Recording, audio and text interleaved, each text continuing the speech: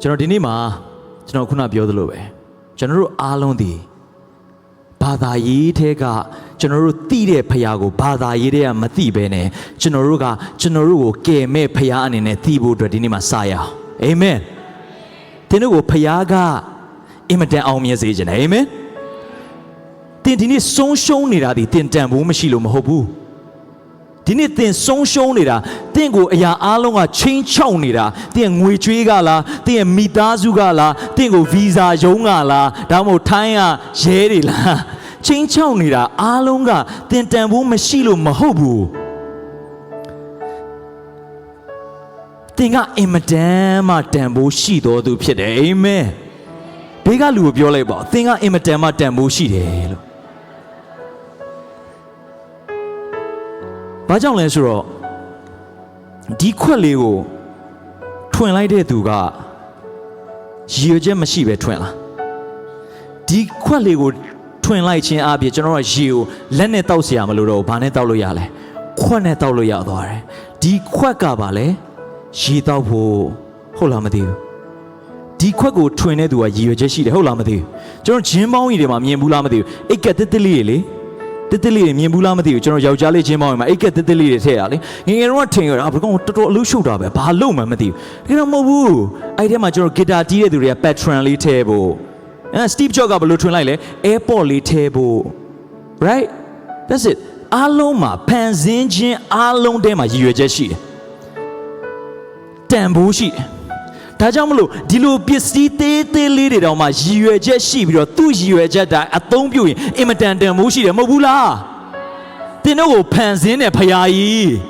တင်းတို့ဒီလောကကိုအုပ်ဆိုးဖို့အတွက်ဖန်ဆင်းတဲ့ဖရာကြီးကတင်းတို့ကိုဖန်ဆင်းတဲ့အခါမှာတင်းတို့ကအင်မတန်မှတန်ဖိုးကြီးတယ်မဟုတ်ဘူးလား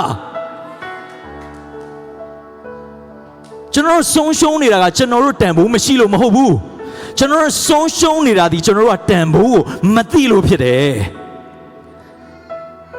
အဲ့တော့ကျွန်တော်တို့ကိုကျွန်တော်တို့တန်ဖိုးမသိပဲရှင်သန်နေသည်ကျွန်တော်တို့နေ့ရက်တိုင်းကလည်းတန်ဖိုးမရှိတော့ဒါပေမဲ့ကျွန်တော်တို့ကတန်ဖိုးရှိတယ်ဆိုတဲ့အရာကိုသိသွားတဲ့အချိန်မှာတော့ကျွန်တော်တို့ကအင်မတန်မှတန်ဖိုးရှိလာလိမ့်မယ်အာမင်တင်းတို့ကိုထည့်ပေးထားတဲ့တန်ဖိုးကိုပြောပြပြီးမှကျွန်တော်မဟုတ်ဘူးတင်းတို့ကိုရွေးကောက်တဲ့ခရစ်တော်ဖြစ်တယ်အာမင်ဒါကြောင့်ကျွန်တော်ဒီနေ့မှာအဲ့ဒီအရာကိုကျွန်တော်ဒီနေ့ပြောပြပေးချင်တာဖြစ်တယ်ကျွန်တော်ခဏလောက်နှုတ်ကပတ်တော်အတွက်ဆူတောင်းရအောင်ကျမ်းစာစာအုပ်လေးတစ်ချက်လောက်နေတော့ဆိုတော့ကျွန်တော်မေ့သွားတယ်ကျမ်းစာစာအုပ်ယူဖို့တော့ကြရင်ပြောခံနေရအောင်လာတော့လေတက်တူးနဲ့တရားဟောဆရာတက်တူးကြီးနဲ့လာတရားဟောတာလေတကောင်ဘာလဲရွှေဆွဲကြိုးနဲ့လက်ကောက်တွေနဲ့ကျွန်တော်ဘာသာရေးဖောင်တွေကလုပ်ဖို့ကျွန်တော်တရားဟောတာမဟုတ်အလှငွေလူချင်းလို့လည်းကျွန်တော်တရားဟောတာမဟုတ်ကျွန်တော်အလှငွေခံစရာလည်းမလိုကျွန်တော်ပြန်ပြီးသူများအလှငွေပေးရတဲ့အခွင့်ကိုဖခင်ပြန်ဆန်ပေးထားတာဖြစ်တယ်အာမင်ကျွန်တော်လူတွေစီကမဆာခံရမယ်သူမဟုတ်ဘူးကျွန်တော်လူတွေကိုပြန်ပြီးမဆာမယ်သူဖြစ်တယ်အာမင် that's it ကျွန်တော်လူတွေအားလုံးစင်းရဲခြင်းအားလုံးဒီကျွန်တော်တို့ဘယ်ကလာလဲဆိုတော့ကျွန်တော်တို့မိသားစုကမလာအောင်ကျွန်တော်ပတ်စံမရှိတာနဲ့မလာအောင်ကျွန်တော်စင်းရဲနေခြင်းဆုံးရှုံးနေခြင်းအားလုံးဒီကျွန်တော်ရဲ့ mindset ကလာတယ်ကျွန်တော်ရဲ့စိတ်နေစိတ်ထားလာတယ်သင်စိတ်ကဘလို့ဖြစ်နေတာသင်ဘာကိုတွေးနေလဲဆိုတဲ့အရာကသင်ကိုဆုံးရှုံးစေနေတာငါကအင်မတန်ယေရှုအားဖြင့်တိတ်ကိုငါလုတ်သမျှမှာအောင်မြင်မဲ့သူဆိုတဲ့ mindset နဲ့သွားလို့ရသင်ကိုဘယ်သူမှဆွဲချလို့မရဘူးသင်မျောလင့်တဲ့အတိုင်းသင်ကိုဖခင်ကသင်ရဲ့တွေးတောတဲ့အတိုင်းစိတ်နှလုံးထဲမှာကြံစီတဲ့အတိုင်းသင်ကိုဖခင်ကမဆာလိမ့်မယ် Let's go ဆုံးရှုံးတဲ့သူ mindset နဲ့မသွားနဲ့ငါကမဆာမဲ့သူ mindset နဲ့သွားရအောင် Hallelujah Amen Amen ဒါကြောင့်ဒီနေ့မှာကျွန်တော်အဲ့ဒါကိုပြပေးချင်တာဖြစ်တယ်ကျွန်တော်ဆုံးရှုံးနေတဲ့တရားထွက်လိုက်အောင်သူများမဆာဖို့အတွက်မျောလင့်နေတဲ့တရားထွက်လိုက်အောင်ကျွန်တော်တို့ကပြန်ပြီးသူများကိုမဆာမဲ့သူအနေနဲ့ဒီနေ့ကစပြီးရှင်သန်ရအောင်အာမင်โอเคကျွန်တော်နှုတ်ကပတ်တော်တော့ခဏလောက်ဆက်ကပ်ရအောင်အဖကိုရယေရှုတင်တယ်အင်မတန်မှကောင်းမြတ်သောဖေဟာတ သားတို့ကိုဘာမှမရှိသောအခြေအနေကနေဒီနေ့ထိတိုင်အောင်ချီးမြှောက်တော်ဖခင်သားတို့ကိုတတိနဲ့ကြည့်ရှုတော်မူသောဖခင်သားသမီးတို့ပေါ်မှာအမြဲတမ်းတိုးတက်အောင်မြင်စေဖို့အတွက်အလိုတော်ရှိတော်ဖခင်ကိုတို့ကိုဘုန်းပေးတယ်ကိုတော့ဒီနေ့မှာစကားပြောတော်မူပါကိုတော့စကားပြောမှသာလင်သားသမီးတို့ကဒီနေရာမှာလွတ်မြောက်ခြင်းအခွင့်ကိုရမှာဖြစ်တယ်ကိုတော့စကားပြောပါသားသမီးတို့နားထောင်နေပါတယ်ခတ်သိမ်းသောအမှုရာကိုအနံ့လေတပါးရီတော်သားတော်ယေရှုခရစ်တော်နာမတော်မြတ်၌အစပြုပါ၏အဖာအာမင်โอเคကျွန်တော်ကျမ်းပိုက်တစ်ခုကျွန်တော်ဖတ်ရအောင်ဓမ္မရာဇဝင်ပထမစာဆောင်ကျွန်တော်အခန်းကြီး7အပိုင်းငယ်7ကိုသွားရအောင်ကျွန်တော်မဖွင့်တော့ပါဘူးဒီမှာထိုးမှကြည့်မှာဆိုတော့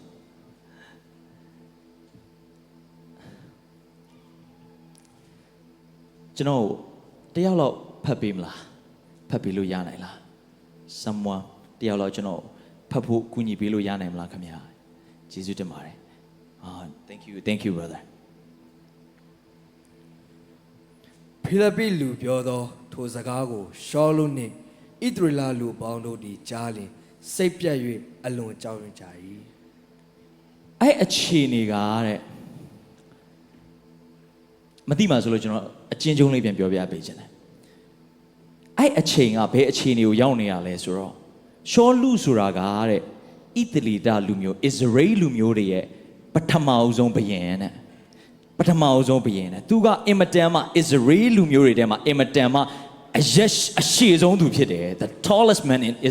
Israel တဲ့အဲ့လိုသုံးတာအဲ့တော့အဲ့ဒီရှောလုကြီးကတဲ့ဣသရေလလူအပေါင်းတို့ကြားလျင်တဲ့ရှောလုကြီးနဲ့အဲ့ဒီရှောလုကြီးကဘာတူလဲဣသရေလလူမျိုးတွေရဲ့ဘုရင် Israel king of Israel နိုင်ငံရဲ့ဘုရင်ပြီးတော့ဣသရေလလူမျိုးဆို Israel လူမျိုးတွေကကြားလျင်တဲ့အလွန်စိတ်ပြက်လေဘာဖြစ်လဲအလွန်စိတ်ပြက်ရဘာဖြစ်လဲအလွန်စိတ်ပြက်တယ်ပြီးတော့ဘာဖြစ်လဲကြောက်ရွံ့တာရိုးရိုးကြောက်ရွံ့တယ်လို့မပြောဘယ်လိုကြောက်ရွံ့တယ်ပြောလဲအလွန်ကြောက်ရွံ့တယ်လို့ပြောတယ်အဲ့တော့ကျွန်တော်တို့ဘုရားသခင်ကကျွန်တော်နှစ်တိမောသေခန်းကြီး1အပိုင်ငယ်9ကိုကျွန်တော်ခဏပြပေးပါလား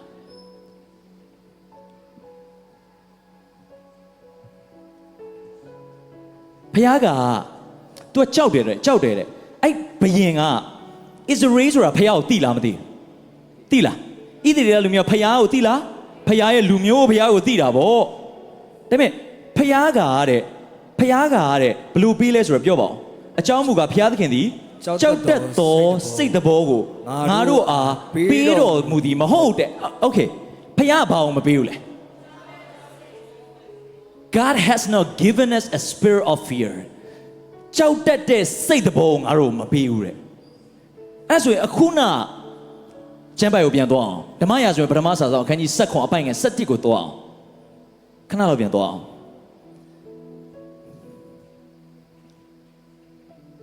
အဲ့တော့ဖျားကိုသိတဲ့ဖျားခန့်အပ်ထားတဲ့ဘုရင်နဲ့ဖျားလူတွေကဘာဖြစ်နေတယ်လို့ပြောလဲအဲ့အချိန်မှာစိတ်ပြည့်ရတဲ့အလွန်ကြောက်ရွံ့တယ်ကြောက်တာတော့မှရိုးရိုးကြောက်တာမဟုတ်ဘာလို့ဖြစ်တာအလွန်ကြောက်တာတဲ့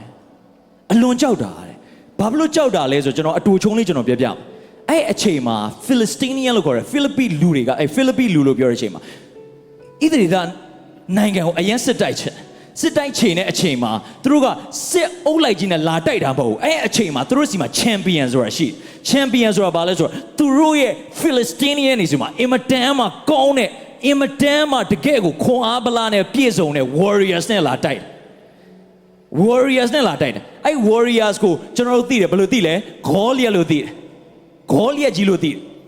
ဂေါလိယကြီးတဲ့အဲ့ warrior ရဲ့အရက်ကတဲ့ကျမ်းစာဘယ်လိုပြောလဲဆိုတော့6တောင်နဲ့တထွာရှိတယ်တဲ့အဲ့အင်္ဂလိပ်လို့ဆိုလို့ရှိရင်6 cubit and a span 6 cubit ကိုပြောရင်1 cubit မှာ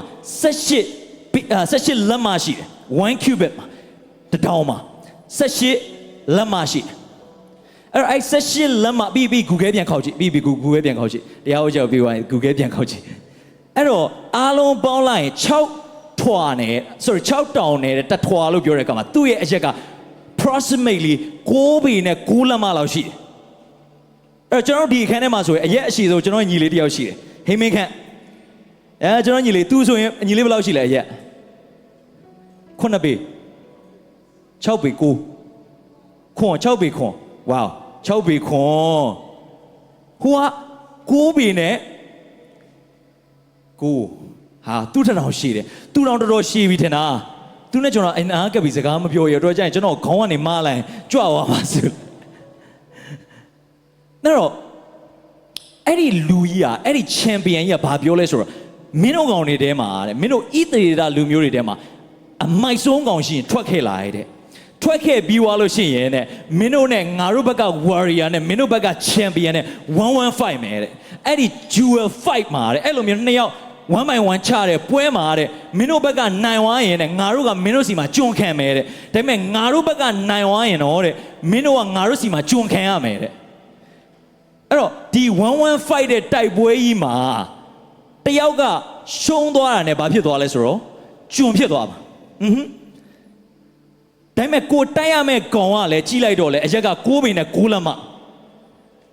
6ပေနဲ့6လက်မမပြောနဲ့6ပေနဲ့9လက်မတော့တော်တော်ကြောက်နေတကယ်ပြောတာအဲ့တော့6ပေနဲ့6လက်မကြီးကလာပြီးတော့အဲ့လိုချေညာတဲ့အချိန်မှာသူတို့ဘာဖြစ်လဲဆိုတော့သူတို့ဘက်မှာအခြေအနေအားဖြင့်အဲ့လောက်အရက်ရှိတဲ့သူကလည်းမရှိပြန်အခုမှအမေကိုမွေးခိုင်းမယ်ဆိုလည်းမရတော့ဟိုကောင်ကမစောင့်နိုင်တော့ကျွေးမယ်ပဲစောင့်နေတာ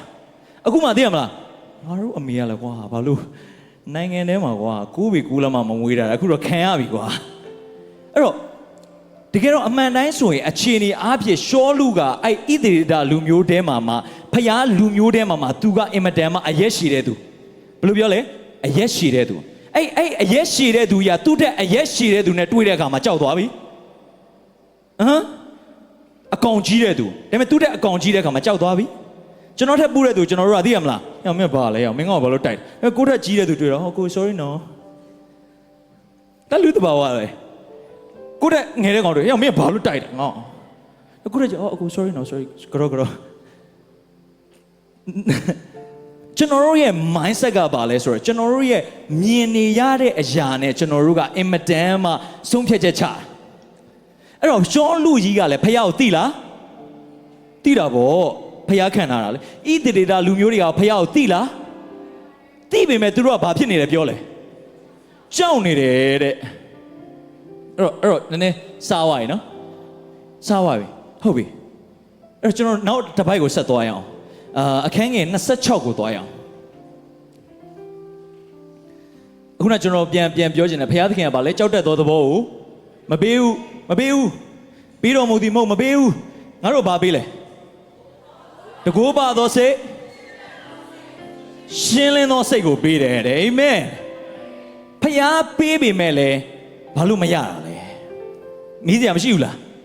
ဘုရားပေးပေမဲ့လည်းကျွန်တော်မရဘူးဖះမကြောက်နဲ့ပြောတယ်ကိုကကြောက်လားကြောက်တယ်အဲ့တော့ဒီနေ့မှာသင်တို့အားလုံးဒီရှောလူကဲ့သို့မဟုတ်ဘူးအင်မတန်မှတကူပါသောစိတ်နဲ့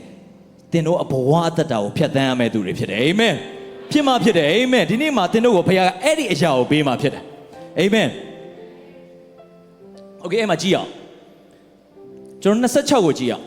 ဒါဝိဒ်ကလည်းထိုဖိလိတ္တိလူကိုတတ်၍ဣသရေလအမျိုးခံသောအဆက်ကွဲခြင်းကိုပယ်ရှင်းသောသူသည်အဘယ်အကျိုးကိုရလိမ့်မည်နည်း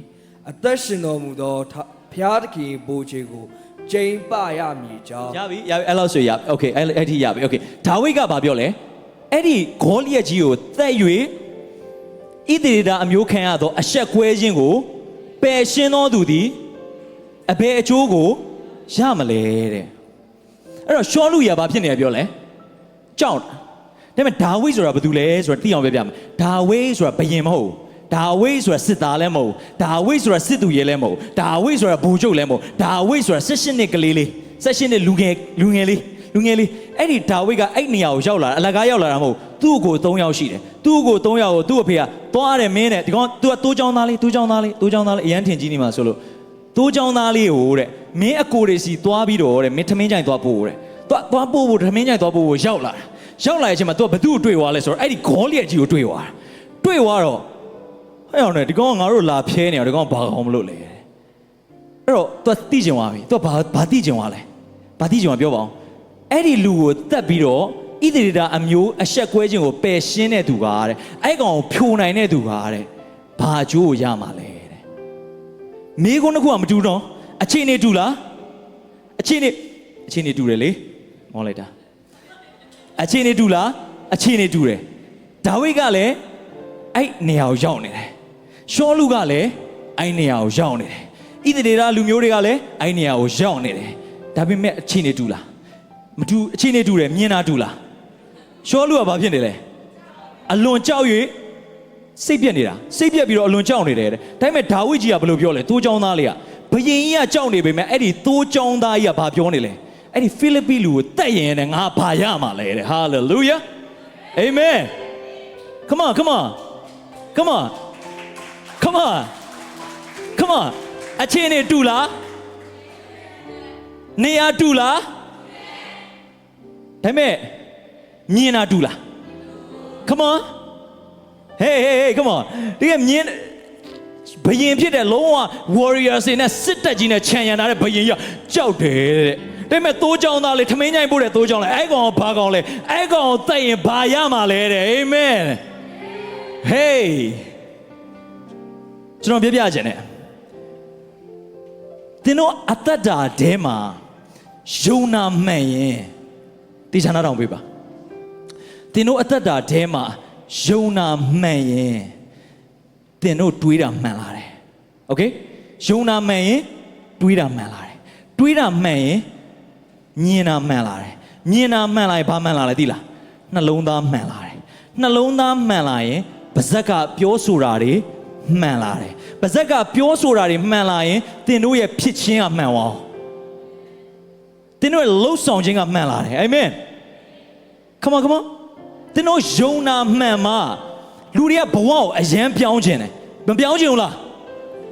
ပြောင်းခြင်းလားငါကသူများကိုမဆနိုင်တော့သူဖြစ်နေဘသူမဖြစ်ချင်တဲ့သူရှိတယ်အကုန်လုံးကမဆနိုင်တဲ့သူငါကသူများမဆခံရမယ်သူမဟုတ်ဘူးငါကသူများကိုပြန်မဆမဲ့သူဆိုတော့မဖြစ်ချင်တဲ့သူရှိလားဒါပေမဲ့ကျွန်တော်တို့အဲ့လိုလူ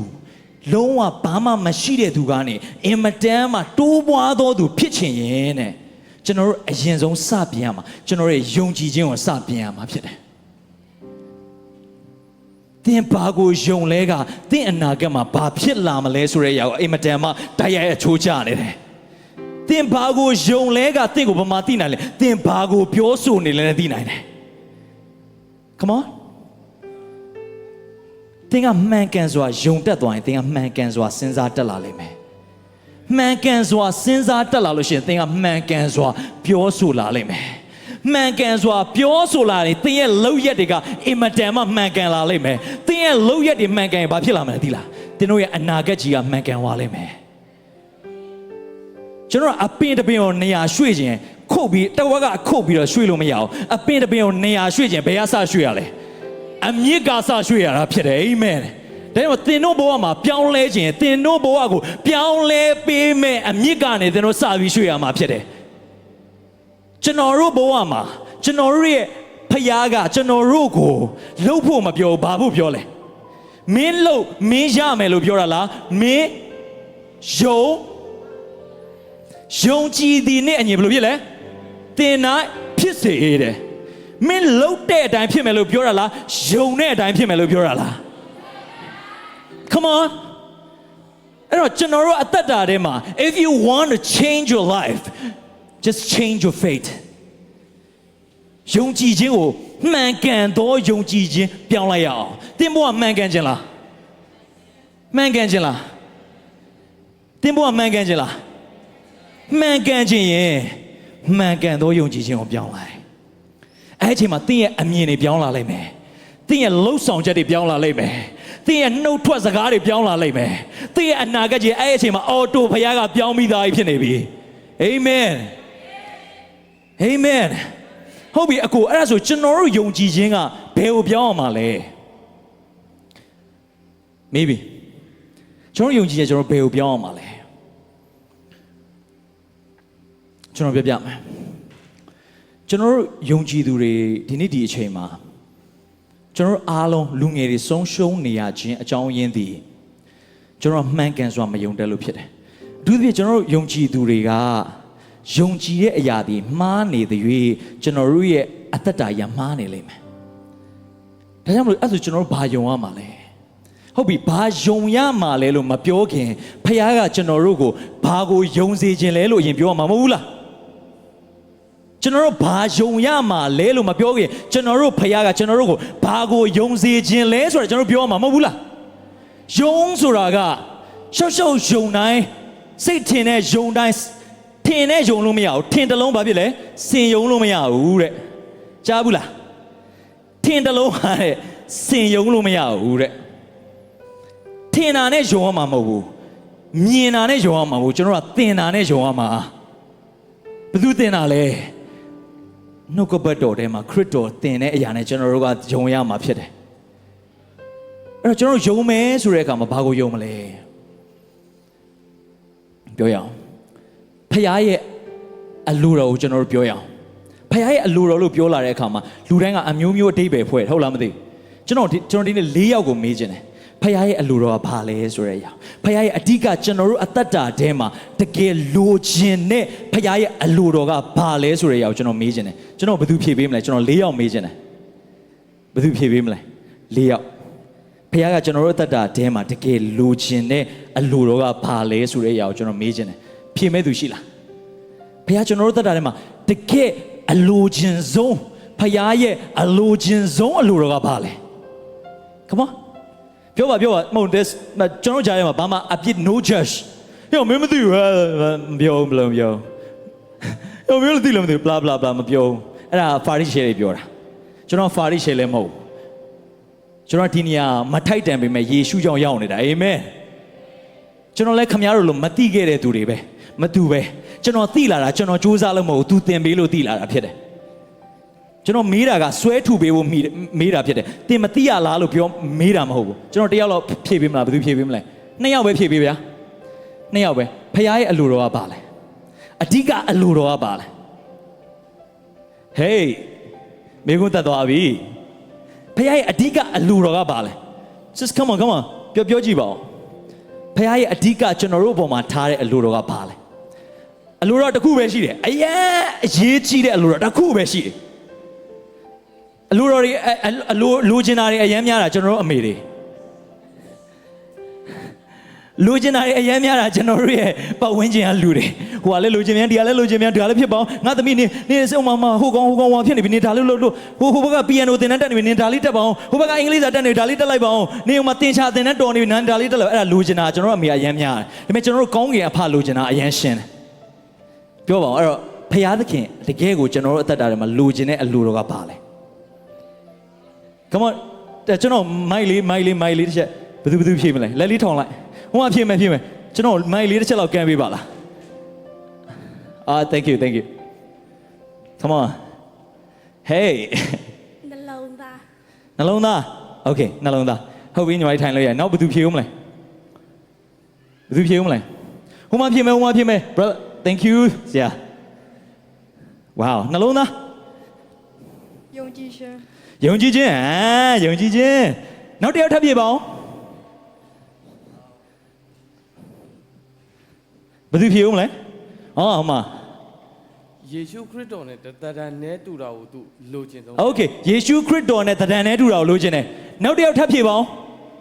နောက်ဆုံးတစ်ယောက်ဖြေပါအောင်ဒီမှာဒီကအမဖြေမယ်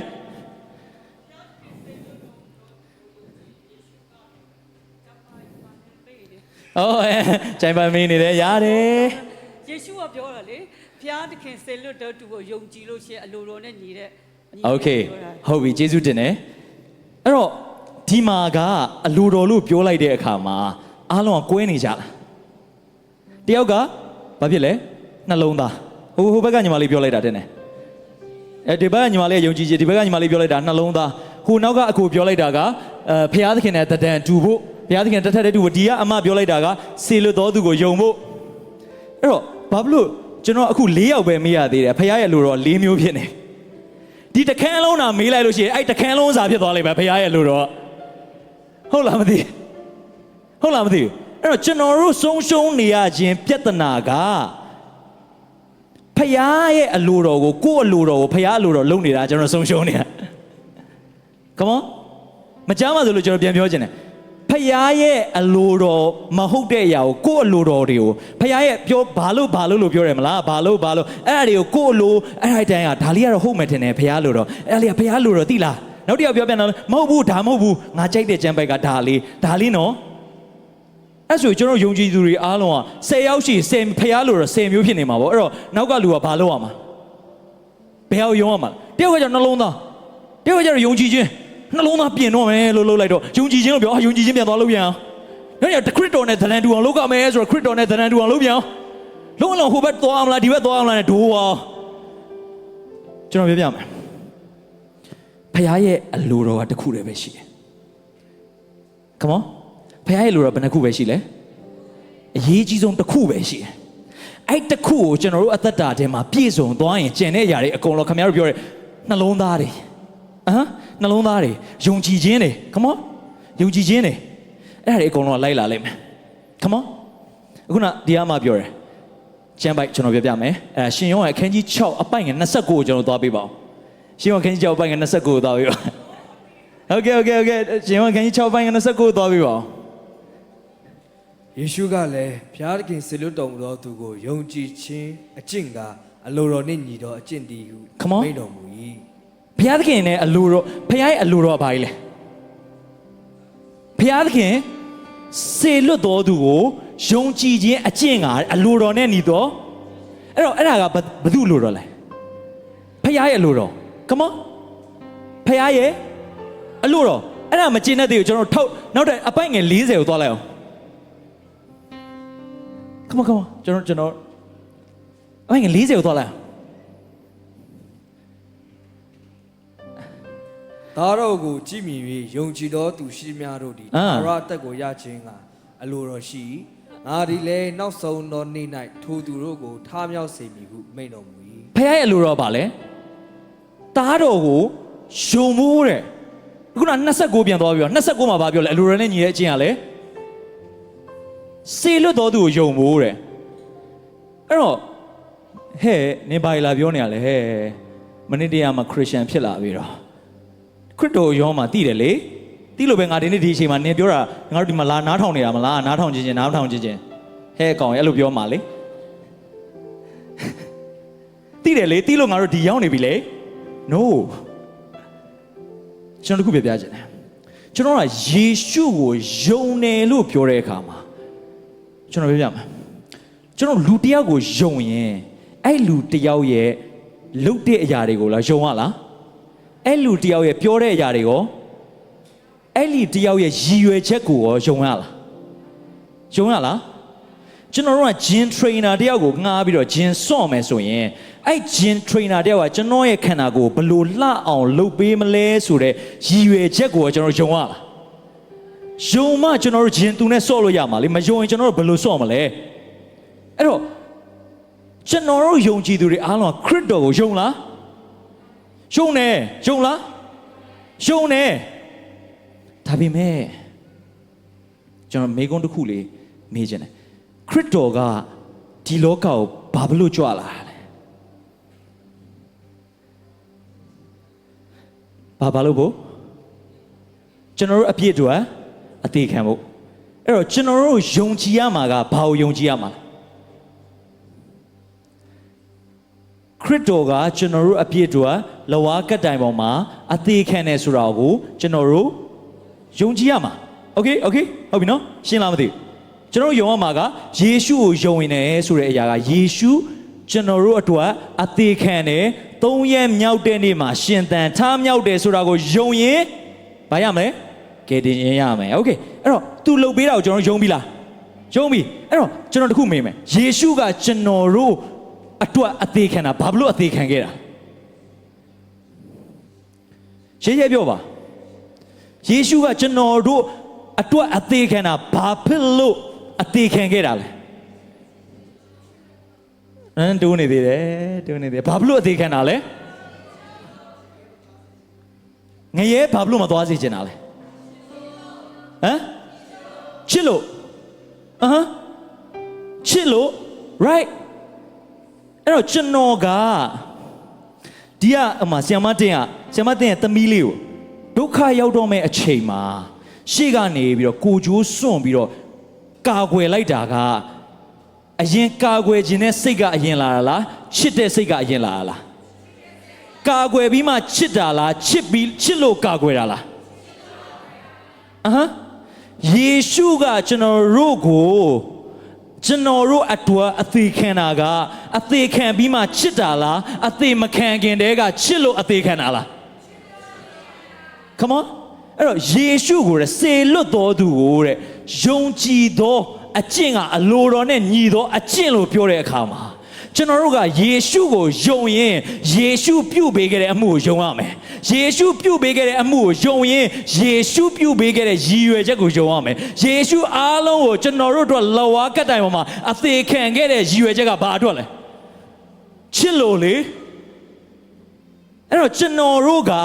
ယေရှုကိုတော့ယုံတယ်ဒါပေမဲ့ယေရှုကျွန်တော်တို့ကိုသိချစ်တာကိုမယုံတဲ့၍ကကျွန်တော်တို့အသက်တာထဲမှာအလိုတော်နဲ့ညီတော်အကျင့်မဟုတ်တော့ကျွန်တော်ပြပြခြင်းတယ်သင်တို့ကိုဖခင်အင်မတန်မှသိချစ်တယ်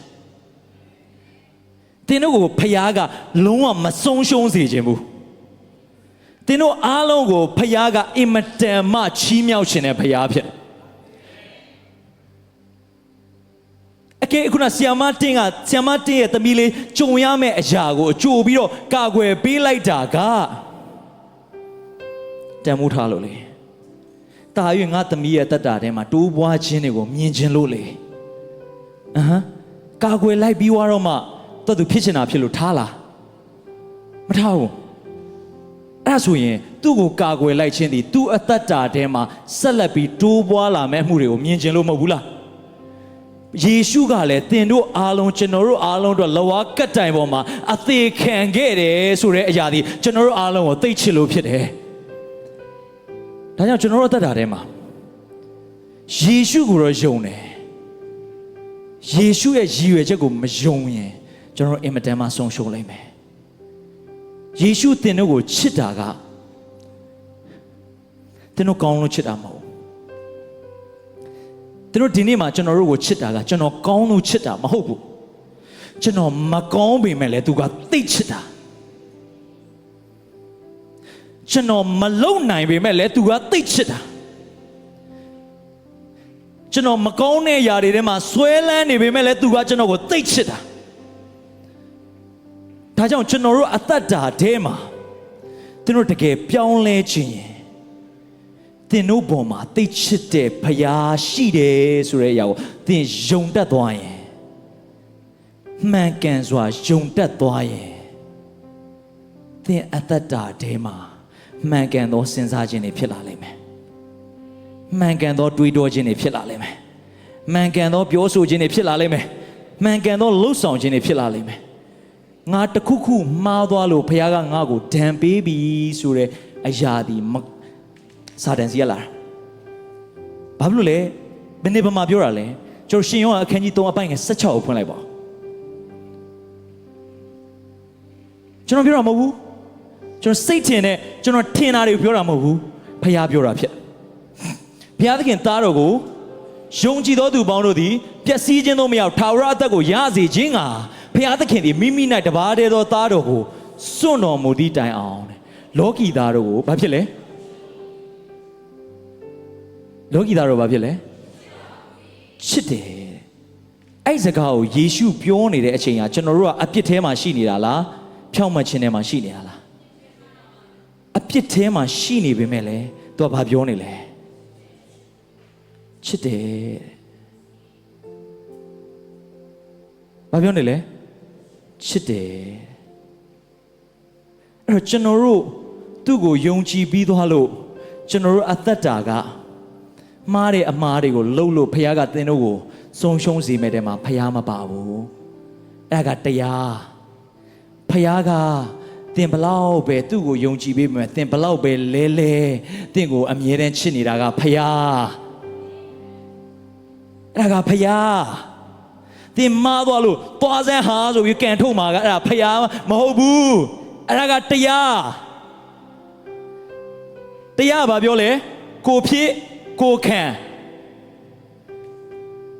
ကိုလုံး ကိုခန့်ကျွန်တော်ကောင်းတာမလုပ်နိုင်ပါဘူးကျွန်တော်လည်းမလုပ်နိုင်ဘူးခင်ဗျားတို့လည်းမလုပ်နိုင်ဘူးမကောင်းတာမလုပ်နိုင်ဘူးလို့ပြောတဲ့ကောင်းတာမလုပ်နိုင်ဘူးလို့ပြောတဲ့အချိန်မှာသင်တို့အသက်တာအထဲမှာဝိညာဉ်တော်ဖွင့်ပြနေလိမ့်မယ်ငါဘယ်တော့မကောင်းလဲဆိုတာဒါပေမဲ့သင်ကိုဘုရားချစ်တာကသင်ကောင်းလို့ချစ်တာမဟုတ်ဘူးသူကောင်းလို့သင်ကိုသိချစ်တာဘုရားကသင်တို့ကိုဘယ်လောက်ချစ်လဲသိလားသင်တို့အဲ့တော့တခြင်းရပါလေအပြစ်နိုင်ရှိနေစဉ်ကတည်းကတပါးရီသားတို့စီလို့ပြီးခဲ့တယ်ရှိသမျှကုန်လို့ကိုရောပြီးခဲ့တယ်တလောကလုံးမှာတယောက်တည်းဒူးစရိုက်ပြင်းွန်တဲ့ချာရောက်ခဲ့လေသူရွေးနှုံမှာပဲသူအဲ့ဒါလောက်ချစ်ခဲ့တယ် Come on အဖရဲ့ချစ်ခြင်းမြတ်တာလုံးကြီးမာသူနိုင်လို့မရနိုင်ပါဘယ်ရနေမှာအစားထိုးမရနိုင်ပါအဖရဲ့ချစ်သူကယူနာတော့သင်နေသူကောင်းကြီးများစွာရဲ့နာနာတိုင်းသွန်လောင်းပြီးတယ်သူကျွန်တော်တို့ချစ်တာဘယ်တွေကချစ်တာလဲအပြစ်နိုင်ရှိနေစဉ်ကတည်းက come on ကျွန်တော်အပြစ်ထဲမှာရှိနေကြပင်လေသူကကျွန်တော်တို့ကိုချစ်တဲ့ဘုရားဖြစ်တယ်သင်တို့လဲနေပြီမဲ့သူကသင်ကိုသိချစ်တဲ့ဘုရားဖြစ်တယ်သင်ကိုချီးမြှောက်မဲ့ဘုရားဖြစ်တယ်ဒါပေမဲ့သင်သည်ယုံကြည်တော်သူဖြစ်ဖို့လိုတယ်ဘာကိုယုံကြည်ရမှာလဲစေလွတ်တော်သူကိုယုံကြည်ဖို့ပြောတဲ့အခါမှာစေလွတ်တော်သူကဘာကြောင့်သင်တို့အတွက်အသေးခံလဲဆိုတဲ့ရည်ရွယ်ချက်ကိုသင်တို့ယုံတတ်သွားရင်သင်တို့အသက်တာကအင်မတန်မှအနာဂတ်ပြောင်းလာလိမ့်မယ်။မားစခြင်းတွေရောက်လာလိမ့်မယ်။အာမင်။သူတို့အသက်တာတွေမှာဘယ်ကမှမသိတဲ့အခွင့်အရေးတွေရောက်လာလိမ့်မယ်။အာမင်။ဘယ်အကိစ္စမဆိုတကိုးပါသောစိတ်နဲ့လှုပ်ဆောင်တက်လာလိမ့်မယ်။အာမင်။အခြေအနေကတော့မကောင်းဘူး။ဒါပေမဲ့ငါ့ကိုချစ်တဲ့ဖခင်ကငါနဲ့အတူရှိနေတယ်။ငါအခြေအနေကတော့မကောင်းဘူး။ဒါပေမဲ့ငါနဲ့အတူငါ့ကိုသိချစ်တဲ့ဖခင်ကငါ့ကိုမားစမဲ့ဖခင်ရှိတယ်။ငါဖခင်ကငါ့ကိုစွန့်ပစ်သွားမယ်ဖခင်မဟုတ်ဘူးသခင်ငါကိုလုံးဝအဆုံးရှုံးမခံဘူး Come on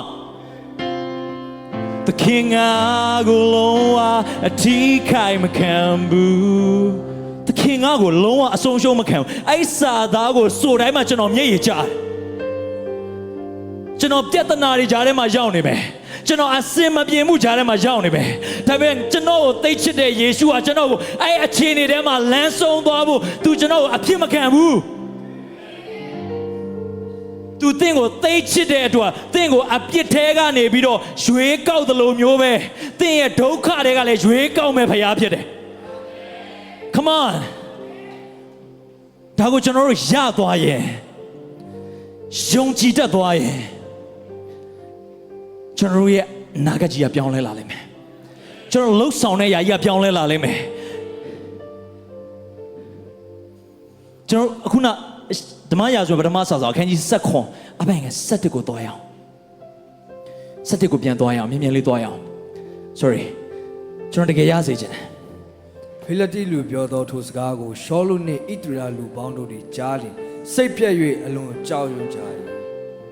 သူကဘာဖြစ်လို့ကြောက်တာလဲသိလားဘာဖြစ်လို့ကြောက်တာလဲသိလားသူ့ကိုမားစာမဲ့ဖယားကိုသူကောင်းကောင်းမသိလို့ကြောက်နေတာငါဖယားငါ့ကိုသိချစ်တယ်ဆိုတာမသိလို့ကြောက်နေတာဖယားကကြောက်တတ်သောသဘောကိုမပေးဘူးကျွန်တော်တို့ဘာလို့ကြောက်နေလဲဆိုတော့ကျွန်တော်တို့ယုံကြည်တဲ့အရာမားနေလို့ကျွန်တော်တို့ကကြောက်နေရတာအကြောက်တရားကျွန်တော်တို့ကိုလာပြီးတော့လွှမ်းမိုးနေရတာအကြောက်တရားကကျွန်တော်တို့လာပြီးချင်းချောက်နေရတာကျွန်တော်တို့ကယုံနာမှန်ရင်ကျွန်တော်တို့မြင်တာတွေပါမှန်ကုန်ရောရှောလူနဲ့ဣသရေလလူတွေကငါ့ကိုထာဝရဘုရားကမဆများမဆပါမလားဆိုတဲ့အတွေးကြောင့်သူတို့ကဆုံးရှုံးနေပေမဲ့ ကျွန်တော်အပိုင်ငယ်26ကိုသွားရအောင်ဘယင်ကြီးတွေတကယ်စစ်တပ်ကလူတွေကကြောက်နေပေမဲ့ဓမ္မရာဇဝပထမစာဆောင်ခန်းကြီး7ခွန်အပိုင်ငယ်26ဒါပေမဲ့ဘယင်ကြီးတွေကကြောက်နေပေမဲ့သိုးကြောင်သားလေးဒါဝိဒ်ကတော့တဲ့အဲ့ဒီကောင်ကိုတတ်ရဲတဲ့ငါကဘာအကျိုးရမှာလဲတဲ့အဲ့ဒါဝိဒ်ကြီးကဘာကိုယုံကြည်နေတာလဲဆိုတော့ငါကသိုးကြောင်သားဖြစ်လဲကိစ္စမရှိဘူးငါကဒီနေရာမှာထမင်းချိုင်းလာဖို့လဲကိစ္စမရှိဘူးငါတို့ကိုလာပြီးတော့တိုက်မဲ့သူကိုငါတို့ရှေ့မှာပိတ်ထားတဲ့သူကိုငါနဲ့အတူတိုက်ပေးမဲ့ဖေကငါဘက်မှာရှိတယ်ဆိုတာသိတာဖြစ်တယ်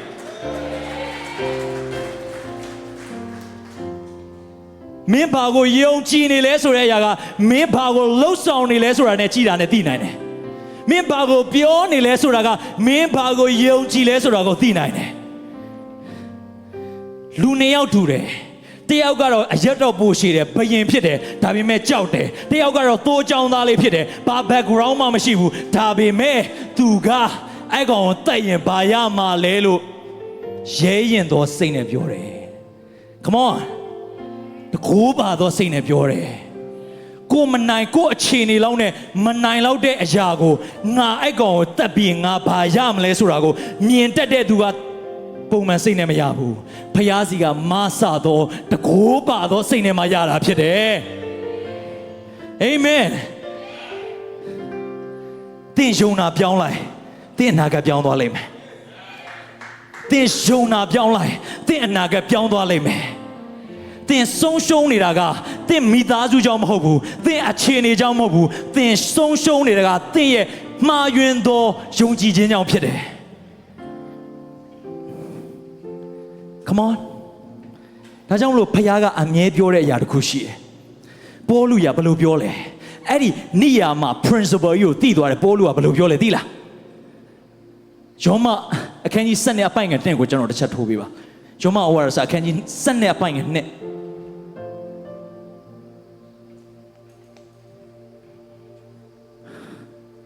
တင်တို့ဒီ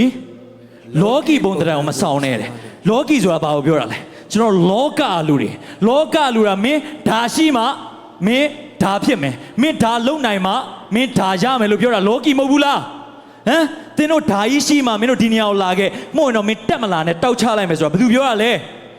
လောကီအဲ့တော့လောကီဘုံတရားမဆောင်နဲ့ဘာဖြစ်လဲကောင်းမြတ်သောအရာနှစ်သက်ဖွယ်သောအရာ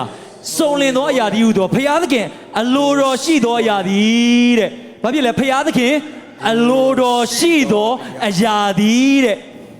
ဘယ်ရာဖြစ်သည်ကိုဘယ်ရာဖြစ်သည်ကိုသင်နိုင်ပြီအကြောင်းစိတ်နှလုံးကိုတစ်ပြင်ဆင်၍ပုံတံပြောင်းလဲခြင်းတို့ရောက်ချင်အင်္ဂလိပ်ကျမ်းစာမှာဘယ်လိုပြောလဲ renew your mind and be transformed ဒီဘာဖြစ်လဲ be transformed by the renewing of your mind renew your mind သင်တို့ရဲ့အတွေးခေါ်တွေအားလုံးကို renew လုပ်လိုက်တော့အသက်ပြုပြင်ပြီးတော့မှဘာလုပ်ခါမှာလဲပုံတံပြောင်းလဲလိုက်တော့ငါ့ကိုယေရှုသိချစ်တယ်ငါဒီအခြေအနေထဲမှာငါ့ကိုဆုံးရှုံးခံမဲ့ဖခင်ကြီးမဟုတ်ဘူးငါ့ကိုဒီအခြေအနေထဲကငါ့ကိုကယ်နှုတ်မဲ့ဖခင်ကြီးဒီဖခင်ကငါ့ကိုမဆမဲ့ဖခင်ကြီးအာမင်ကျွန်တော်ပြောပြချင်တယ်ကျွန်တော်လက်ထဲမှာကျွန်တော်ယင်းနှီးမြုပ်နှံမှုမှားသွားလို့3,000ကျော်ကျွန်တော်ဆုံးရှုံးသွားခဲ့တယ်အဲ့ဒီအချိန်မှာကျွန်တော်ရဲ့ fiancé ကျွန်တော်ရဲ့အရန်ချစ်ရတဲ့သူကငိုတယ်သူပတ်စံနဲ့ပါတာဟုတ်သေပြီခရစ်တော်မရသေးဘူးတိတယ်ပဲရှိသေးတယ်ဒါပေမဲ့ကျွန်တော်သူ့ကိုကျွန်တော်လက်ထဲမှာပတ်စံတကယ်မရှိတော့တာအဲ့ကျမှဖခင်ရပြီနေပြီနော်ဖခင်ရပြီနေပြီဖခင်ရပြီနေပြီ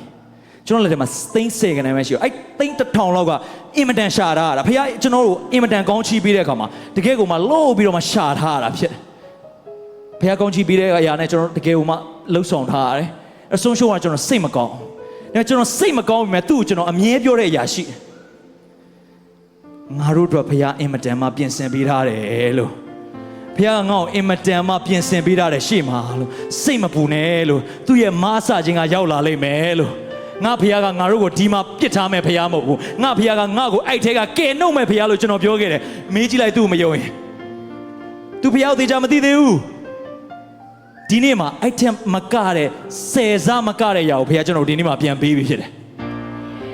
အာမင်ကျွန်တော်ယုံကြည်တာက ကျွန်တော်ဘာလုပ်နိုင်လဲကိုယုံကြည်တာမဟုတ်ဘူးကျွန်တော်နဲ့အတူရှေ့မှာ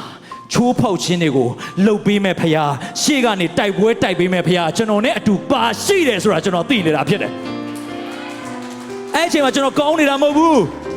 ကျွန်တော်ကောင်းနေကျန်းစာဖတ်ကျန်းစာတော့မဖတ်သေးဘူး Come on ကျန်းစာတော့မဖတ်သေးဘူးအဲ့အချိန်က Genesis chapter 1ဘာလဲဟာ in the beginning ဘာလဲဒါဘာပြောရလဲမဖတ်သေးဘူးဒါပေမဲ့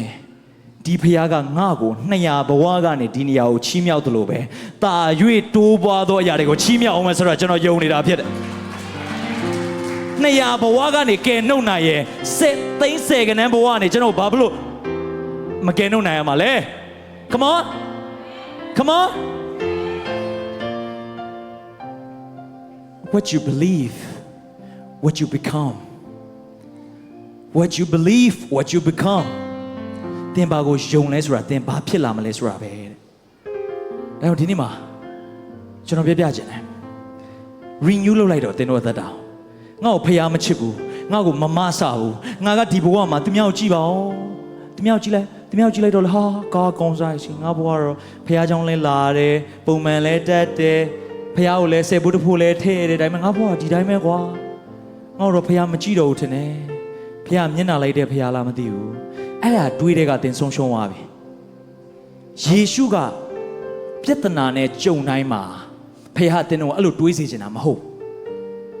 ကျွန်တော်နည်းနည်းဆက်သွားလိုက်မယ်ရလားနည်းနည်းဆက်သွားလိုက်မယ်တကယ်ပေးခြင်းလို့ဖြစ်တယ်ဖခင်ကတင်တို့ဒုက္ခရောက်တဲ့အခါမှာငါကဘာကြောင့်ဒုက္ခရောက်ပါတယ်ဆိုပြီးတွေးစေချင်တဲ့ဖခင်မဟုတ်ရှုံးလားကျွန်တော်ပြောတာမဟုတ်ဖခင်ပြောတာယေရှုပြောတာကျွန်တော်ဟိုဟာရှင်ယောဟန်အခန်းကြီးရှင်ယောဟန်အခန်းကြီး9အပိုင်ငယ်1လောက်ကနေဖွင့်ပေးပါ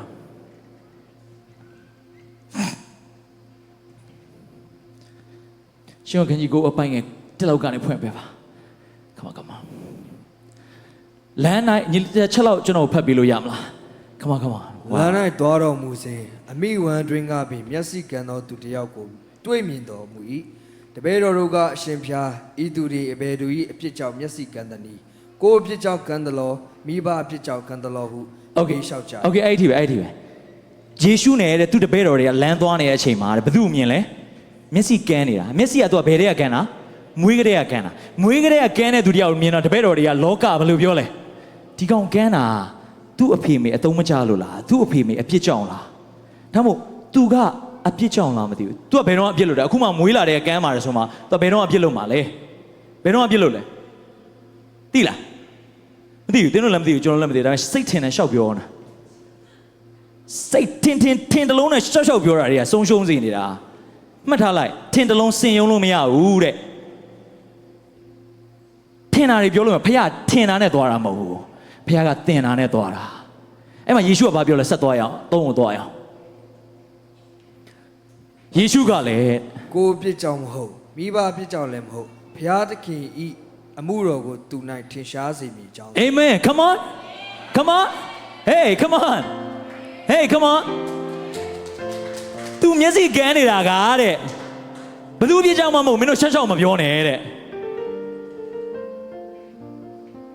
ငါဒုက္ခရောက်နေတာကငါအဖေလောင်းကစားလို့လေငါအဖေချဲထိုးလို့လေ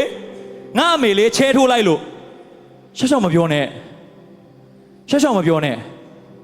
ငါကံမကောင်းလို့လေရှောက်မပြောနဲ့ကံဆိုတာဖျားမရှိတဲ့သူတွေပဲကံကိုယုံတာဖျားကမားဆတယ်ဖျားကံကမားဆတာမဟုတ်ဘူးကံကမမားဆနိုင်ဘူးကံကဘာဖြစ်လဲကိုလုံးတလောက်ကိုရမယ်မန်ဖျားကမင်းမလုံနိုင်ဘူးလားဒါပေမဲ့ငါလုပ်ပေးမယ်ရှောက်မပြောနဲ့ဖခင်ကဘယ်လိုပြောလဲဘသူအပြစ်ကြောင့်မှမဟုတ်ဘူးတဲ့ငါရဲ့အမှုကတဲ့သူ့စီမှာထင်ရှားစေမဲ့အကြောင်းတဲ့အာမင်အဲ့တော့ तू ကကျွန်တော်ဆက်ပြောပြအပိုင်းငယ်၄ကိုသွားလိုက်ပါငါကိုဆလွတ်တော်မူသောသူ၏ငါလောက်ဆက်သွားပါအောင်ကျွန်တော်9လောက်ဆက်သွားပါငါ့ကိုကြောက်ဖက်လောက၌ရှိစဉ်6ဆက်သွားပါအောင် sorry မြေပေါ်မှာထွေးတွေနှရှွန်းလုပ်ပြီးမှကန်းသောသူ၏မျက်စိကိုရှွန်းတဲ့လူကြီးသွားပါအောင်တင်သွားလို့ရှိလောင်ရေကန်၌မျက်စိကိုဆေးလောဟုမိန်တော်မူ၏ရှိလောင်နှက်ကဆေလွတ်တည်ဟုဆိုလိုသည်ထိုသူသည်သွား၍ဆေးပြီးမှမျက်စိ မြင်လျက်ပြန်လေ၏ Come on သူဘာဖြစ်သွားလဲမျက်စိမြင်သွားတယ်မြင်တာယေရှုနဲ့သူနဲ့နှစ်ယောက်တည်းကြားထဲမှာမြင်တာမဟုတ်ဘူးနော်ယေရှုကလေဖျားဆိုတာကမြင်စေလို့ပြောလိုက်ရင်လေမြင်သွားမှာပဲဒါပေမဲ့ဘာလို့အလုရှုပ်ခံရင်တွေကလည်းထွေးရသေးတယ်လက်ကလည်းတုတ်ရသေးတယ်ရှွန့်ကလည်းလှုပ်ရသေးတယ်ကိုတော်ရဲ့အလုရှုပ်လိုက်တာဘာတွေလုပ်နေရကိုတော်ရပြီလို့မြင်ပါစေလို့ပြောလိုက်ကိုတော်မြင်သွားပြီလေ no ဖျားအဲ့လိုလုပ်တယ်လေရမဟုတ်ဘူးဘာလို့သူ့ရှိလောင်ရေကန်အောင်သွားခိုင်းလိုက်လဲသိလားရှိလောင်ရေကန်မှာလူတွေအများကြီးမရှိဘူးလားအဲ့ဒီကြားထဲမှာမင်းကတော့အရင်တော့မြက်ကန်းတော့ဒါ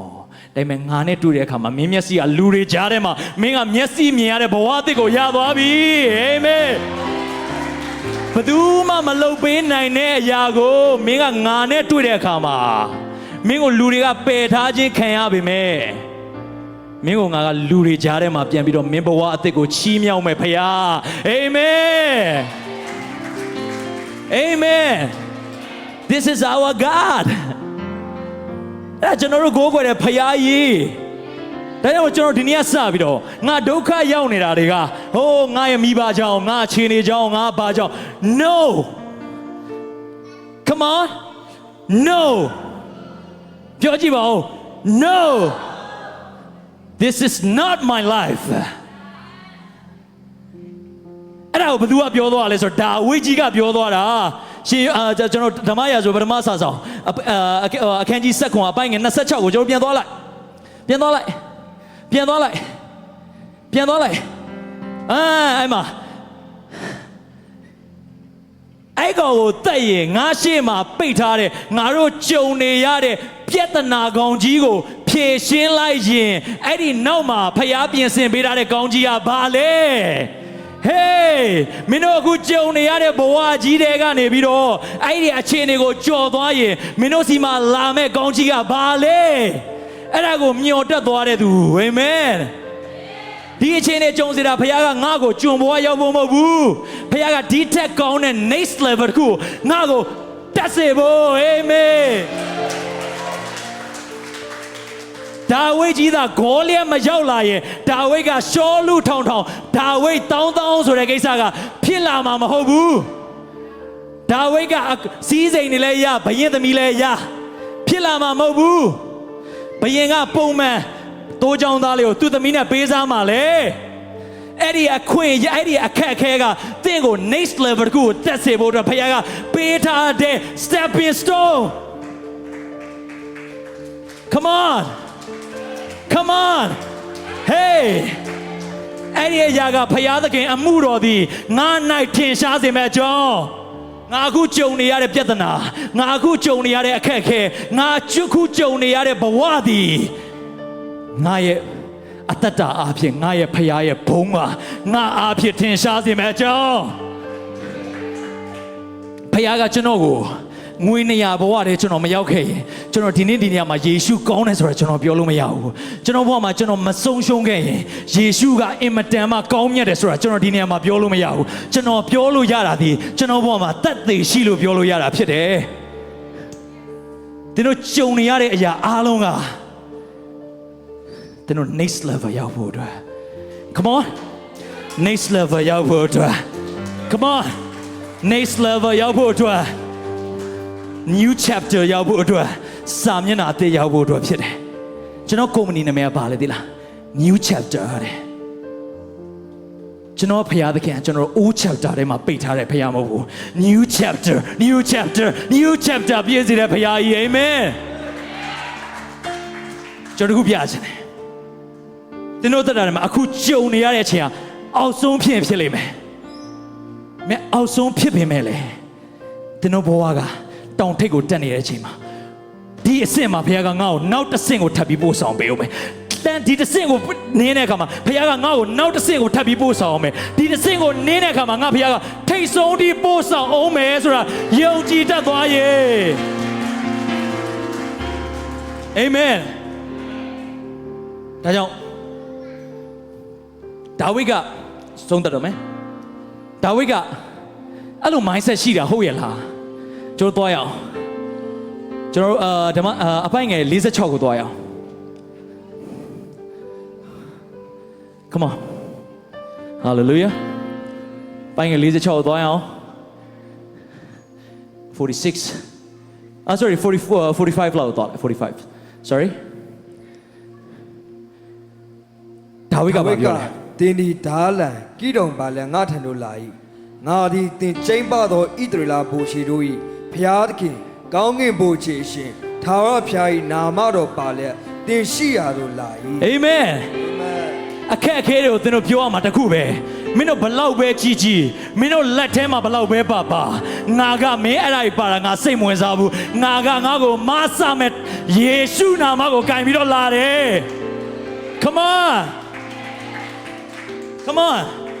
အဲ့ဒီမှာဒါဝိဒ်ကြီးကဘာရသွားလဲဆိုတော့အပိုင်ငယ်90ကိုသွားရအောင် come on ပြီးတော့ come on အဲ့ mindset ရသွားတယ်သူထာဝရဘုရားငါနဲ့တူပါရှိ လောက်လွယ်နေကြောက်တလုံးအားဖြင့်နိုင်လက်ထိခိုက်၍တက်လေ ဘာနဲ့တက်တယ် ကြောက်တလုံး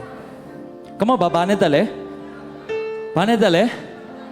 နှလုံး no သုံး no လေးလုံးငါးလုံး no ဘာ one stone come on bro တင်းဘက်မှာဖျားပါလိုက်တင်းကခဲလုံးတွေအများကြီးမလို့တစ်လုံးပဲလို့တယ် come on တင်းဘက်မှာဖျားပါလိုက်တင်းစီမှာရှိတဲ့အရာနဲ့ပဲဖျားကတင်းကိုချီးမြှောက်နိုင်တဲ့ဖျားဖြစ်တယ် amen ဒါဝိဒ်စီမှာအကီးတုံရှိလားအကီးတုံဆိုတာ javelin ကိုပြောတာ javelin spear နဲ့ javelin နဲ့မတူ spear ဆိုတာလှန်ဆိုတာကတော့အဝေးပြစ်လို့မရအောင်အရှည်ကြီးပဲ javelin ဆိုတဲ့ဟာကတော့ပေါ့တယ်ကီးတုံကအဝေးပြစ်လို့ရတယ်မင်းအမေ javelin နဲ့ပဲလာမင်းအမေဘာလှန်နဲ့ပဲလာမင်းအမေဓာတ်နဲ့ပဲလာမင်းအမေအကောင်ဘလောက်ကြီးကွာ come on ငါကိုငါစီမှာရှိတဲ့အရာနဲ့အဲ့ဒီအရာကြီးကိုဖြိုနိုင်တဲ့ဖခင်ကငါနဲ့အတူရှိတယ်ငါဘာရှိမှငါဘဝရအောင်မြင်မယ်ငါအဖေမေကငါ့ကို300လောက်ပေးလိုက်တော့မအောင်မြင်မယ်တင်မတော့မအောင်မြင်တော့ဘာကြောင့်300မဆမမဟုတ်တင်းတို့ဖခင်မဆမှာ come on ဒါဝိဒ်ကြီးသာရှော့ပြီးတော့လှန်နေသွားကြရင်နိုင်မယ်ထင်လား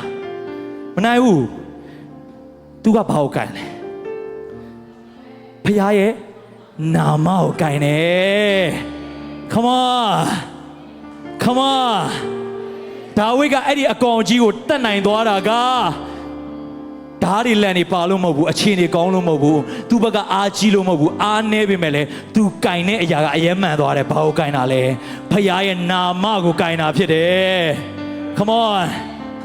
renew your mind စပြီးတော့အသစ်သင်တို့စိတ်နှလုံးအသစ်ပြုပြင်လိုက်တော့ငါဘဝရောက်နေတာကဖခင်ငါ့ကိုဒုက္ခရောက်စေချင်လို့မဟုတ်ဘူးဖခင်ငါ့ကိုကောင်းချီးပေးလို့မပေးလို့မဟုတ်ဘူးဖခင်ကငါ့ကိုတာ၍ကောင်းချီးပေးစေချင်လို့ငါ့ကိုဒီနေရာမှာခဏထားတာဖြစ်တယ်အာမင်come on ဖခင်ငါ့ကိုဒီနေရာမှာထားတာကငါ့ကိုဖခင်ကတာ၍ချီးမြှောက်အောင်မှာဖြစ်လို့ဒီနေရာမှာထားတာဖြစ်တယ်သူ့ဘုံရငါအားဖြင့်ထင်ရှားမှာဖြစ်လို့ဒီနေရာမှာထားတာဖြစ်တယ်ဆိုတာသင်သိသွားရင် come on သင်ကိုဖခင်ကတိတ်ကိုချစ်တယ်တိတ်ကိုမဆမယ်တိတ်ကိုချီးမြှောက်အောင်မယ်ဆိုတာသင်သိသွားရင် come on ဒီရှိမှာကြုံလာတဲ့ဂေါလိယမကလို့ကြိုက်တဲ့ကောင်ဖြစ်ပါစေဒီစီမှာရှိတဲ့အရာနဲ့ဖခင်ကသူ့ကိုခြေပသွားလိမ့်မယ်အာမင်ဟာလေလုယာအဲကြောင့်ကျွန်တော်ဒီနေ့ပြောချင်တာ recap လေးကျွန်တော်ပြန်ပြောချင်တယ်ကြောက်တာတွေမလုံးနဲ့တော့ဘာလို့ကြောက်လဲဆိုတော့ယုံကြည်တာမှားနေလို့ကြောက်နေတာငါ့ကိုသိချစ်တဲ့ဖခင်ငါမှရှိနေတယ်ငါ့ကိုသိချစ်မဲ့ဖခင်ကြီးကငါ့ကိုအပြစ်ထဲကနေတော့ကယ်နှုတ်တဲ့ဖခင်ကြီးငါ့ကိုဒုက္ခတွေကဘာလို့ကယ်မနှုတ်ရမှာလဲကြုံလာတဲ့အခက်အခဲကသင်တို့ဘဝမှာဆုံးရှုံးစေဖို့မဟုတ်ဘူးကြုံလာတဲ့အခက်အခဲကသင်ကိုဖခင်ကသင်အားဖြင့်ဖခင်ရဲ့ဘုန်းကထင်ရှားစေခြင်းလို့ဖြစ်တယ်အာမင် come on အဲ့ဒီအရာကိုငါဘာပဲဖြစ်ဖြစ်ငါရှေ့မှာဘလောက်ပဲကြီးကြီးငါကိုမားစားမယ်ဖခင်ရဲ့နာမကိုကင်ပြီးတော့ငါသွားရင်ငါစီမှာရှိတဲ့အရာနဲ့ဒီကောင်ငါ့ကိုမတိုက်နိုင်ဘူးနောက်ဆုံးမှာဘာဖြစ်သွားလဲပြောလဲကျွန်တော်50ကိုသွားခဏလေးပြန်သွားဒါဘာလုံးနိုင်နေပြောသွားကြောက်တုံးတလုံးအားဖြင့်ကြောက်တလုံးအားဖြင့်နိုင်လျက်ထိခိုက်၍ သက်လေသင်ကြုံတွေ့ရတဲ့အခုကြုံတွေ့ရတဲ့အခက်အခဲတွေအားလုံးသင်ဖခင်ရဲ့နာမနဲ့တာတော့အဲ့ကောင်ဘယ်တော့မှပြန်မရှင်းလာတော့အဲ့ကောင်ကသင်ကိုဘယ်တော့မှနောက်တစ်ခေါက်ထပ်ပြီးတော့လာမတိုက်ခဲ့တော့သင်ငွေကြီးအဖြစ်ငွေကြီးရန်သူကြီးကသင်တို့ရှေ့မှာလာပြီးပိတ်နေတယ်မလားသင်ဖခင်နာမနဲ့တာတော့အဲ့ကောင်ကသင်ကိုနောက်တစ်ခေါက်ဘယ်တော့မှလာပြီးတော့တိုက်ခိုက်လို့မရတော့ဘူးသင်ငွေကြီးဆိုင်ရာနဲ့ပတ်သက်တာသင်တို့လွတ်မြောက်လာလိမ့်မယ်ကျမ်းမာရေးနဲ့ပတ်သက်တာလားကျမ်းမာရေးနဲ့ပတ်သက်တဲ့ဂေါ်လျက်ကသင်ရှေ့မှာပိတ်နေတာလားကိစ္စမရှိဘူးငါနဲ့အတူပါတော့ဖခင်ငါကိုမဆမယ်ဖခင်ရဲ့နာမကိုကင်ပြီးတော့သွားရေအဲ့ကောင်ကသင်ကိုဘယ်တော့မှနောက်တစ်ခေါက်ပြန်ပြီးအနိုင်ယူလို့မရတော့ဘူးအာမင်အာမင်ပြောပါဦး renew your mind renew your mind renew your mind come on that's itကျွန်တော်ဒီနေ့မှာဒါလေးနဲ့ကျွန်တော်အဆုံးသက်ချင်တယ်ဆုံးသက်ချင်တယ်အားလုံးကျွန်တော်တကယ်ကိုရစေချင်တယ်တကယ်ကိုမှဘာသာရေးဘဝတွေကလွတ်ပြီးတော့မှအင်မတန်မှဖျားဘုံထင်ရှားသောသူတွေအဖြစ်နဲ့ကျွန်တော်ဖြစ်စေချင်တယ်ကျွန်တော်ကိုယ်တော်မှချီးမြှောက်နိုင်တဲ့ဖျားသင်တို့ကိုဖျားဘာလို့မချီးမြှောက်နိုင်ရမှာလဲ come on come on ဒါကြောင့်သင်တို့ရဲ့ mindset တာမှန်သွားလိုက်သင်တို့ရဲ့ယုံကြည်ခြင်းသာမှန်သွားလိုက်သင်တို့ရဲ့အနာဂတ်ကြီးမှန်သွားလိမ့်မယ်အာမင်ကျွန်တော် worship team ကိုကျွန်တော်တစ်ချက်လောက်ဖိတ်ခေါ်ချင်ပါတယ်လို့ရှင်ပါ